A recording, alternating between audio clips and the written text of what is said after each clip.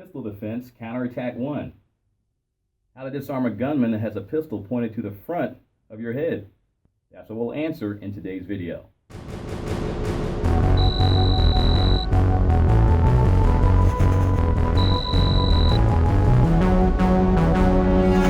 Hi, I'm Dylan, leader of Phantom Force. We're a mercenary team, yet we're not for hire.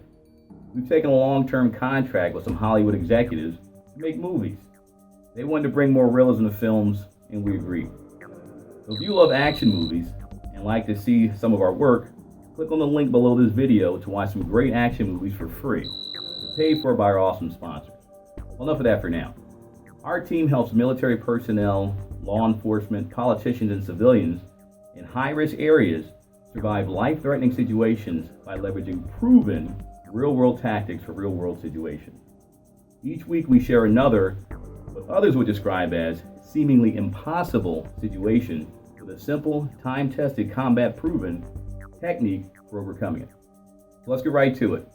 Pistol Defense Counterattack 1. How to disarm a gunman that has a pistol pointed to the front of your head.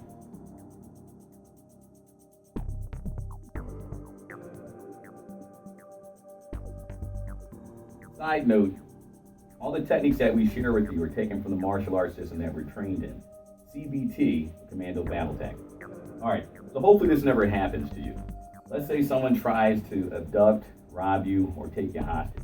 The most important thing to know is do not go with them. They're trying to take you to a secondary crime scene. 2 people survive when taken there. Think about it. If they're willing to shoot you now in a potentially public place where you feel safe, what do you think they're going to do to you once they take you someplace else? All right, so we're going to demonstrate the technique, the counterattack technique, then the strategy about why it works, and finally how it works. This is important. Cypher, another member of our team, will be the attacker. Cypher is finishing up another assignment, so for now we'll keep his identity concealed. Okay, I don't have any money on me. Can we go get some for my car?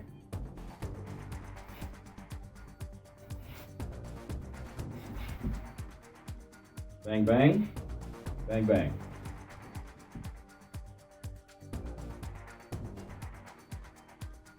Stop. On your feet. I'm going to demonstrate it from the other side so that you can see both angles. Look at that thing. You ready? Okay, I don't have any money on me. Can we get some for my car?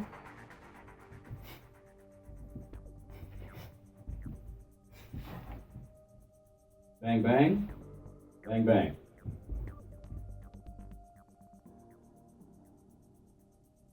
Stop. On your feet. Good job. Okay, here's a strategy behind why it works. And strategy is the most important thing because it's not about having a bunch of fancy techniques that look cool and awesome and everything. It's about having, simple, effective techniques that are going to work every time. This is what keeps you alive in these types of situations. So here's the strategy behind it. The most important thing is number one is to remember there's only one instantly lethal end of a firearm, right? Bang. So as long as you stay away from that end, you're alive. And that's a matter of inches. So if you see here, killed, alive, a matter of inches between life and death. Now it is true, there's other stuff that comes out of the end of the gun.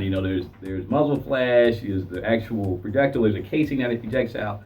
That's a matter of you maybe getting singed, being partially deaf. The key thing is that you're alive. So that's number one. So in the technique when we're doing this, you notice we're stepping out of the way of the pistol. So that's why, again, there's a good amount of space between here and here. The second thing is we have an insurance policy. The left hand grabs their wrist, and the right hand grabs the pistol. This all happens at pretty much the same time. So when they hear it, so now there's no way they can shoot you. And the key thing is never let go of that pistol once you grab it. So that's why we survive on the first beat. Now the second thing is we don't want there to be any collateral damage. Meaning you don't want to sit there and be, fighting for your life and accidentally some kid or some lady or some guy walking past catches a round because you're struggling with the pistol and rounds are going off and hurting other people, innocent bystanders. So there's 3 places that to always point the pistol. And this is even with rifles, carbines. Point it up into the sky is number one.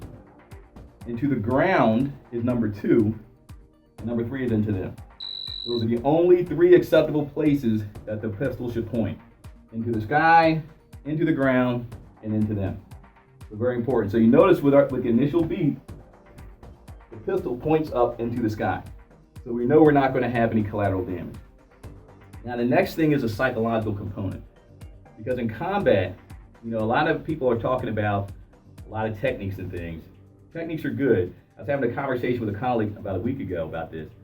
Yeah, then it's all about strategy and tactics. Strategy and tactics can overcome superior ability and superior knowledge. So the psychological is actually one of the most important parts, of this technique. It will work if the attacker is a 350-pound man and the intended target is a 90-pound lady. It still works the same way. So the key thing is we use a strategy called distract, attack. So remember that. Say it, distract, attack. And what we want to do is we want to distract them so they're not thinking about shooting us or abducting us or whatever it is that they're primarily thinking about. We want them to be distracted. And the best way to distract the human brain is to pose a question. If you just say a statement, they'll just react. If you pose a question, it causes their mind to listen to the question, process it, and then try to come up with a reply to your question. And what you do is you strike them in that moment. You strike them in the moment when they're talking, giving you the answer, right? So we call this SIA, an acronym SIA, and it stands for See, Identify, Act. The mind always goes through a time lag whenever some new stimuli presents itself. It first has to see it, it has to identify what it is, and has to determine the action and then take the action. In certain military circles, they refer to this as the OODA loop. Whichever way you want to remember it is fine. We always remember SIA, that works for us. OODA loop, if that works for you, stick with OODA loop. So I'm going to give you a couple examples. You heard me make the statement before, let's say someone's trying to rob you. Yo, give me your money. Well, distract, attack. Okay, so always give them what they want. Okay, I don't have any money on me. Can we get some from my car? So for them, they're like, oh, okay, they're going along with it. Yeah, let's go to your car. Or you could say, oh, give me your money. And you say, I don't have any on me. Can we go to an ATM and I'll get some? Their mind's going to process that and they're going to say yes or no. The moment they do that, pow, that's when you go into action. If it's an abduction situation, or someone's trying to take you hostage, and it's, they walk up to you and say, oh, get in the car. You say something like, okay, front seat or back seat, right? And they're thinking, front seat. No, but I'm going to keep an eye on you, front seat. And while they're thinking and they're talking and saying that, that's when you want to act. This is important because this is what gives you the opportunity to strike. If you go into action too soon or they're not distracted, disaster, right? Most military operations always are preceded by some sort of deception, some diversion or something, that the enemy is distracted from the true attack, where the true attack will come from. This is the same strategy that you're leveraging right now. This is an integral part of it. So there's always dialogue when you practice this technique, all right? Now, just so you know, most people sharing combat techniques on YouTube are usually promoting a school or an upcoming event. We have nothing for sale, not us, we don't do that. Everything's taken care of by our sponsors. They provide anything from weapons and accessories, gear, equipment, travel, guided tours, and more. Definitely, check out the links below this video. All right, so finishing up is finally number 5. Let's say we do the technique. I'll do the whole technique actually. And as you were, number 4 is you want to finish and maim on every beat. So I'm going to break down what the strikes actually do as we go through the technique. So again, you might pull the pistol up to my head. So again, from here, you notice the first strike dislocates their knee joint. It's not a kick to the shin. It actually comes in at a 45-degree angle right into the patella knee joint. It is designed to dislocate their knee. A lot of times they let go of the pistol at this point. In worst case scenario, if it does not dislocate the knee, it affects what's known as a wrench, where the joint does not dislocate, yet it goes to the point of dislocation, which is excruciating, and it usually causes them to release the pistol. So this is, again, maiming. So we're going to finish or maim on every beat. So that's the first maim. From here, if you notice, from this position, as we come around, the strip of the weapon comes in because we turn the weapon in to their own forearm. So you see this? Look, we already have the wrist. Go secure your pistol. We already have the wrist grabbed and the gun grabbed. Now what we're going to do is we rotate it in. And see, it just rolls right out of their hand. If their finger is still on the trigger, they wind up shooting themselves. So remember, we always want that pistol pointed at those 3 places. So this is what happens as we make the transition to the next strike, right here. All right. Now there is a kick that comes into the inside of the knee joint, dislocating that, and a strike that comes into the sphenoid bone simultaneously. One strike pulls them into the other. This dislocates and this crushes in the sphenoid bone into the brain. Some people refer to this as the temple. It's actually called the sphenoid bone. It's the only bone that's concave inward. Very bit of light pressure and it can break in. So boom, boom here. Then the final strike is here. This is to the 3rd cervical vertebra, the middle of the back of the neck. You know anything about that? We'll cover this more in other videos. This is the knockout spot, or the favorite spot for a lot of assassins. We're taking people out, bam.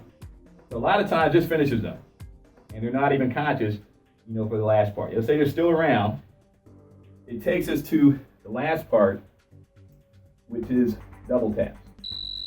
So the thing is, there are 2 things called double taps and controlled pairs. I'm not going to get into that in this video.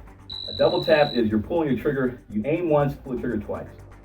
At close quarters, double taps are fine. At distances, you want to do controlled pairs.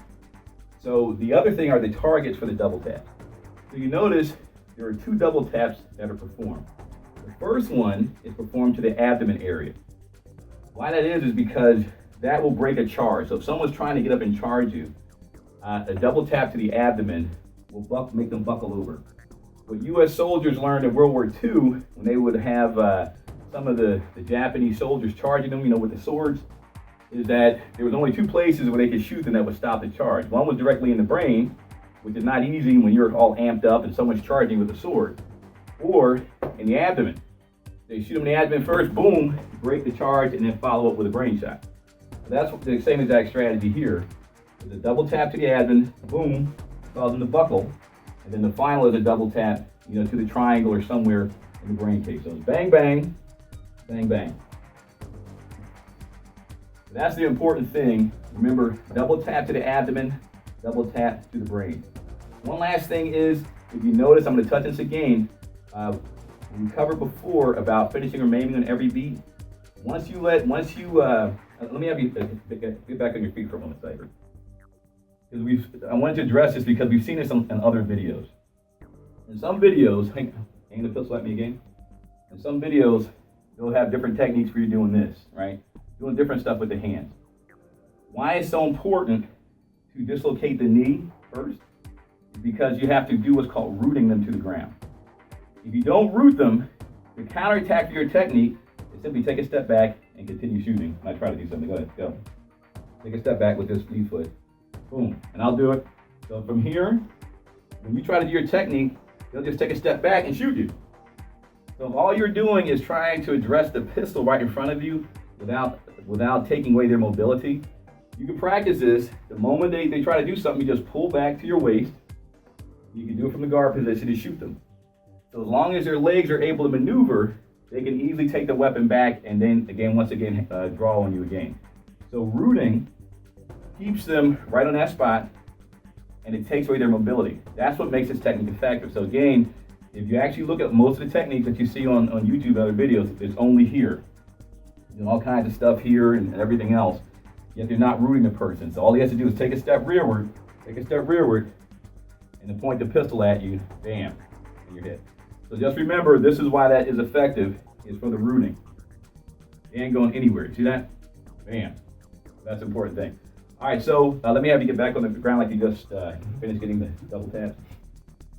All right, so you notice the last thing that we do after the final double tap, this is actually step 6, or what are called after action drills. I'm not going to go into all that right now, just so you understand what they are. So you follow them to the ground, your finger is still on the trigger while they're on the ground. You ask yourself a question: are they down? If they're not down, another double tap. If they are down, take your finger off the trigger, lay it along the slide.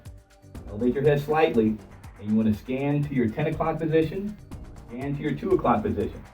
You're asking yourself is, are there any more? Those are 2 questions. Are they down? Yes. Are there any more? Scan 10, scan 2, If there are any more, you engage them. If there aren't any more, you go back to the last known threat, right here, and you can go back to the guard position or disposition here. And now, if you have any questions or comments about today's technique, or you'd like to see a solution for another situation, simply post them in the comments below. Combat Q&A! Okay, and now it's time for our segment called Combat Q&A, where we actually answer your questions. Hammerhead, would you do the honors?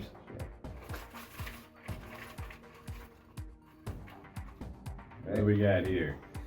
Alright, what's the best type of pepper gas to use? You want to take this one? Go ahead, man. You got it. All right, pepper gas. All right, so here's the thing to know. You first have to understand there's different types. There's tear gas and there's pepper gas. And you have to know the difference between the two so you know which one is the best one to get. Tear gas is an irritating agent or an irritant. It irritates the mucous membranes of the eyes, nose, mouth, and the lungs. Okay? You don't have to be very accurate. I mean, you still want to always hit them in the face, like usually in this area here. Yet, since it's a gas, tear gas, it vaporizes. So even if you hit somebody in the chest with it, it vaporizes and still gets them. That's one of the pluses of it. The thing is, though, it may not work on criminals high on drugs, and there's just some people who are born naturally immune to tear gas, believe it or not. Also, it doesn't work on animals because they don't have tear ducts. All right. The second thing is pepper gas. Now, pepper gas is an inflammatory agent. Again, tear gas, irritating agent or irritant. Pepper gas is an inflammatory agent, and it inflames the eyes, the nose, and the mouth. Very, very effective. Yet, since it isn't really a gas, it's a liquid, you have to be very accurate. If you hit someone in the chest with pepper gas, it's not going to do anything. You know, you call it pepper gas, it's not a gas. So you really do have to hit them in the face for it to be effective. It is very effective still on people that are high on drugs. Plus, it does work on animals. You know, it works on any dogs and even bears. If you ever look into getting bear repellent, it's always pepper gas. All right, so very effective. So there's different ways of determining the strength of each one. Some use concentrations, there's Scoville heat units, there's even other methods people use to determine the strength of the concentration. We won't get into that right now. Yet the best one to get is one that's called triple action. And there are different companies that manufacture this type of product. And what triple action is it has both tear gas and pepper gas combined together. They usually put like a dye in there, like an ultraviolet dye as well. And with this, you actually get the best of both worlds. So that if, you know, the person is high on drugs, you know, bam, the pepper gas still gets them. Or if you miss and hit them in the chest, the tear gas vaporizes and still gets them in the face. So regardless of what the concentrations are, again, the higher, the better, you know, usually the rule. Yet, if you get triple action pepper gas, that is the best one for both ladies, for guys, for home protection. You will not go wrong with triple action pepper gas. And that's the best one. Hammerhead, did you want to add anything to that? Well, I think you got it all, man. Okay. Good job. Thank you. All right, so if you have any other questions, doesn't matter how outlandish you think they may be, post them in the comments below and we will answer them on the show. Enjoy this video? Do us a huge favor and share it with 2 or 3 military personnel, law enforcement, politicians, or civilians that you know might need it. They'll definitely thank you for it. Plus, make sure you subscribe to our channel right now so you don't miss out on our weekly videos. We learn innovative techniques to survive and overcome even the most life-threatening of situations. And before we go, if you enjoy watching action movies and like to see some of our work, go to bestnewactionmovies.com or simply click on the link below this video. Again, I'm Dylan with Phantom Force. Don't miss our next video when we cover how to disarm a gunman that has a pistol pointed at your teammate. See you next video.